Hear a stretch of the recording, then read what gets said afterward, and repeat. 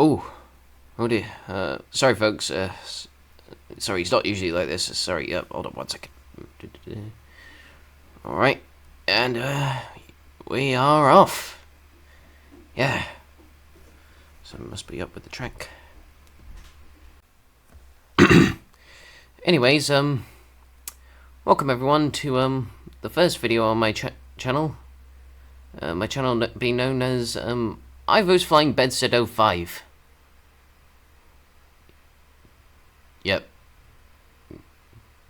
Yep, that is the most original username I could think of. Yep. Anyways, for those of you who have noticed, yes, I am a floating JPEG of the Toby trolley on the Telly Flynn with a face, and yes, I do have a just some random door of Pendray sheds and a floating rope beside me on my right. Please. So, to kick off my channel, I decided, why not just do a little model tutorial, the idea in which is kind of inspired by George Williamson in his videos. I recommend checking his stuff out. So, anyways, for this video's model, I thought who else better to show off than my model of everyone's favourite little jolly old chap, P.S. Sam. Anyways, enough of the JPEG of the trolley, and me just blabbergasting on. And let's just get started. Sorry about that, guys. I agree. That guy is a div. So let's start off with the basics you'll need to make the model. What I'll be using is just a generic ready-to-run 009 Bachmann PSM, the chassis specifically, and to go on top is a 4D's body of Edward Thomas with the Geasley Jetta funnel.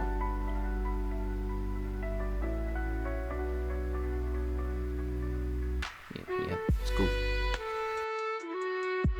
I mean, for the model itself, I say it's actually one of the greats of Bachmann. I mean, the thing is almost entirely die-cast, and it's a pretty good representation of PSM in the CGI series.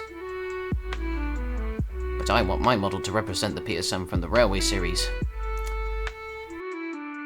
And that's where the 4D's body comes in handy, as it represents a more realistic Kersuit tattoo.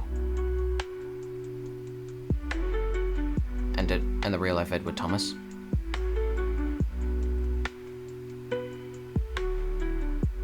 I mean, this is exquisite work from 4D's, complete with a removable cab and 3D glaze, which you currently cannot see. Now that it's out of its box, say it's now all ready for painting.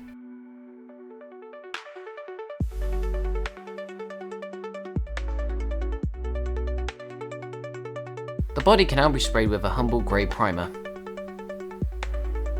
is what I would be saying if I had any primer left in the can. Wait, hold up.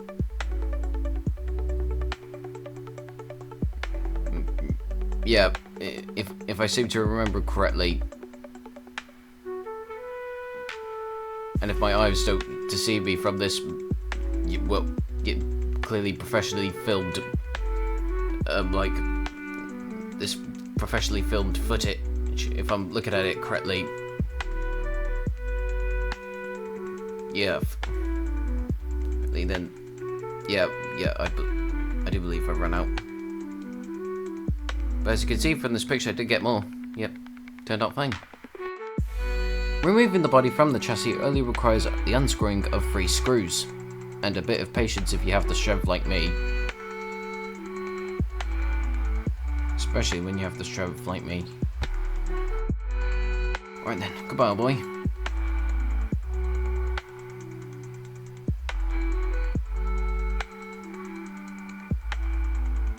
See, look at this. It's got a 2-way motor, so the podium wheels are powered. Professionalism. Right, now that that's out of the way, it was here I wanted to try a new tactic. And now we'll be removing the wheels and valve kit from the chassis and painting the cylinders by hand, separately, instead of just going straight in with a paintbrush and just painting them like that. Removing the cylinders also takes in the driving wheels and valve gear, and they've been split into their separate parts. Right, now the cylinders are just by themselves. Hopefully this will be easy to assemble, and hopefully nothing will go wrong. Right? Right? The body can now get a few coats of Humbrol No. 60 Scarlet matte.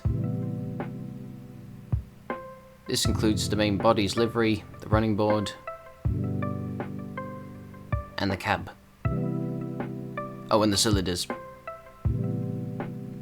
Apologies for not showing any footage of me painting the main body, since I couldn't find any footage of me painting the main body, but hey, we still got the cab.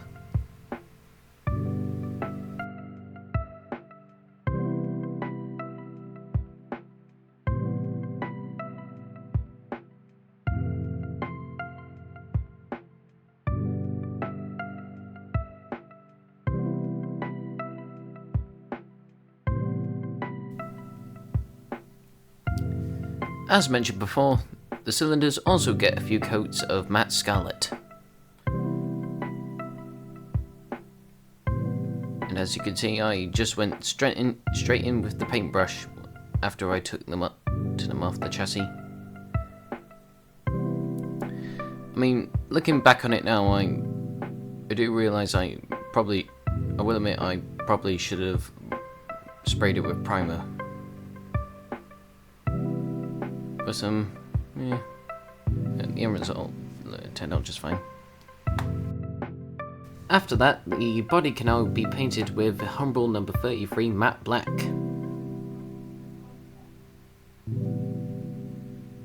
This includes parts being painted like the running board, the smoke box, the diesel, and the buffers.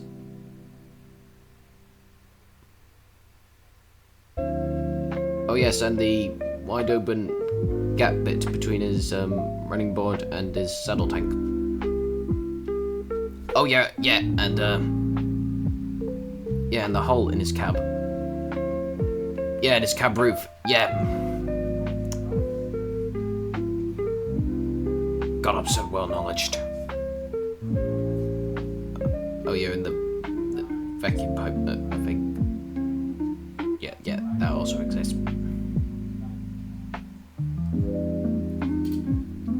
Oh yeah, and some of the cab interior as well. Now that all the basic coats down, I felt that this was a good position to put the body back onto the chassis. But wait! Sorry, let's just freeze the screen for a second. From this screenshot, do you notice something a bit off about the model? Yeah. The sliding rod is missing from the valve gear. So basically what happened was I took Peter Sam onto the track for a test run. As I saw he started running,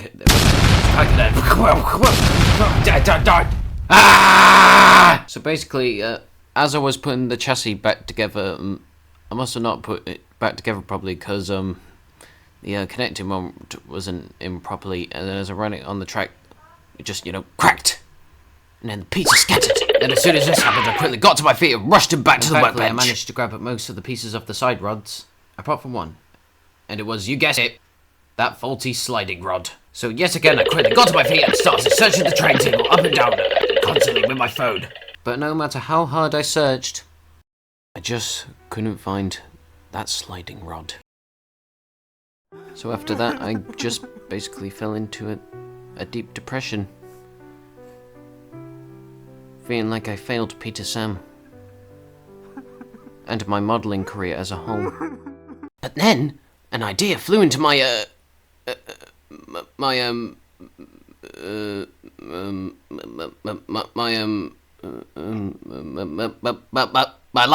Yes, my light. An idea flew into my light. So an idea flew into my light, which came in the form of a staple. That's right, a staple. So basically, I just saw a random staple on the side of my desk, and I thought, yeah, it'll make a good replacement for the sliding rod. So I just grabbed it, cut it to length, placed it in the original valve gear, and voila! The thing literally saved my life, and PSM still runs like a dream. Alright, now back to the rest of the model. After that whole fiasco, I then decided to paint the lamps, which came with the 4Ds kit.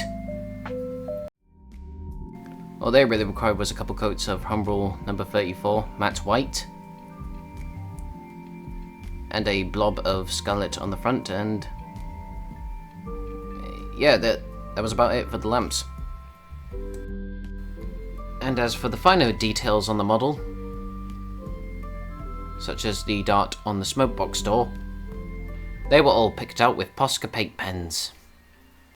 The interior of the cab, more specifically the upper panels, can now get a few coats of Humbrol number 103 matte cream. The paint certainly being a lot more thicker than it once was. Oh yeah, and I've also picked out the window trimmings in gold, along with the whistle, chimney cap, and other brass fittings. And also the trimmings round the weird hole thing in the back of Peter Sam's cab. After all that was done, it was time for the lining. For all my Scarloey steam engines, I used .35mm blue waterside strips from Fox Transfers. All I had to do at the time was stick the transfers in water, then let them slide off the paper, and then apply to the model with, tweezers.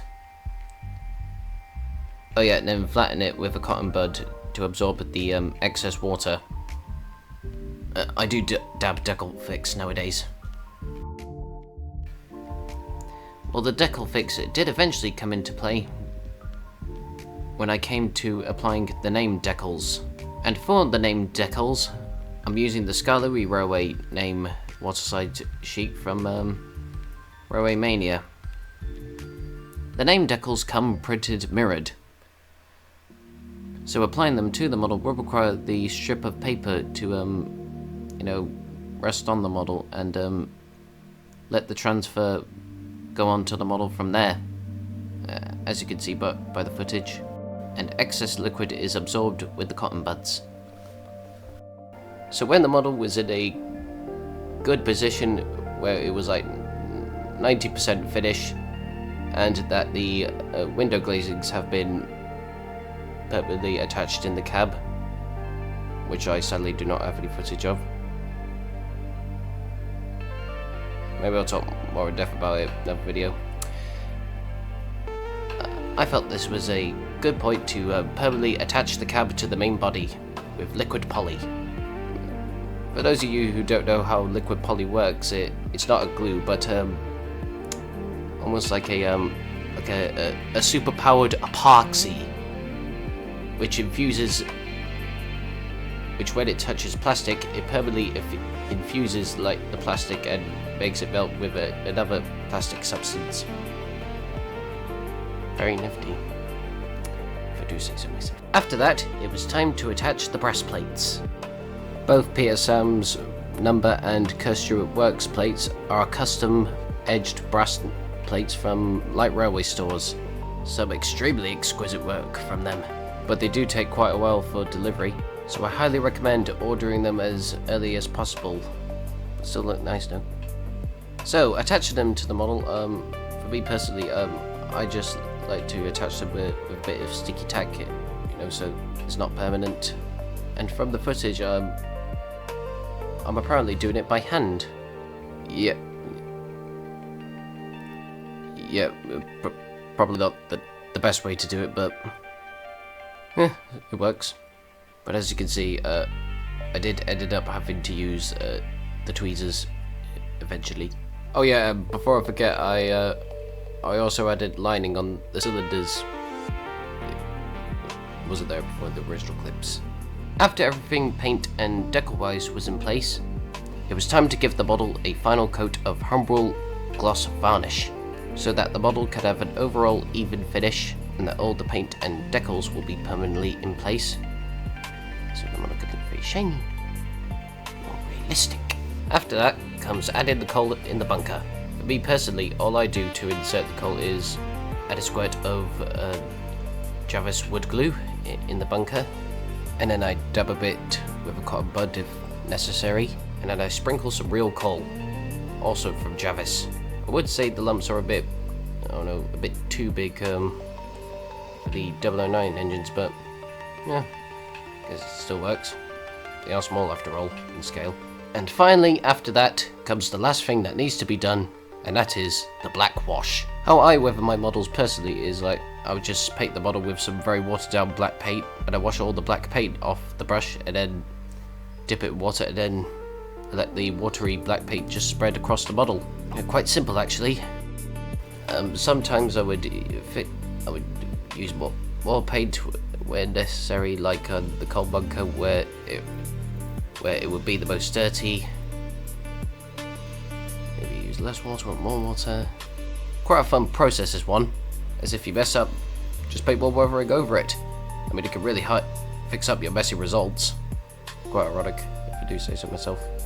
Alright, so after that, PSM is finally finished, and since he's finally complete, let's have him running this line.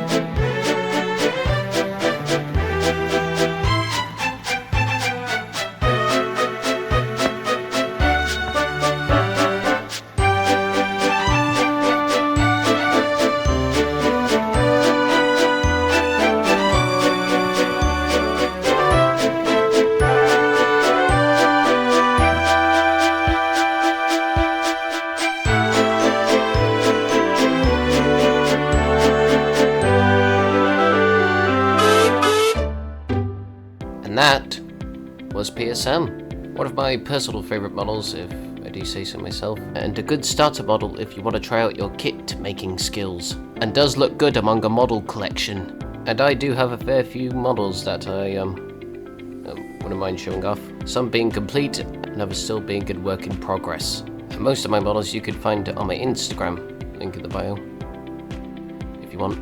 And if any of you have any suggestions for future model tutorials, do feel free to leave your suggestions in the comments, and I will definitely take them into consideration. But in the meantime, if you want, please subscribe here. Actually, please subscribe down in the bio, because the button's there. Don't know why I just did that. Follow me on Instagram if you want. Yeah, it's a free world. You can do what you want. And just overall, have a good day. And also to remember to please like and subscribe. Please, it would be the world to me. Alright everyone, just thank you for watching, and in a bit, bye bye. Alright, and we are done. Whew. Well, that was an experience. I've only been working on this video since July or so. Sorry, what's the day again? Sorry, what's the date? Sorry, editor, could you, I don't know, put the current date on screen, please? I don't know, you know what video editing is like, it's just like, you know what, video making is like, just, you lose track of time and stuff.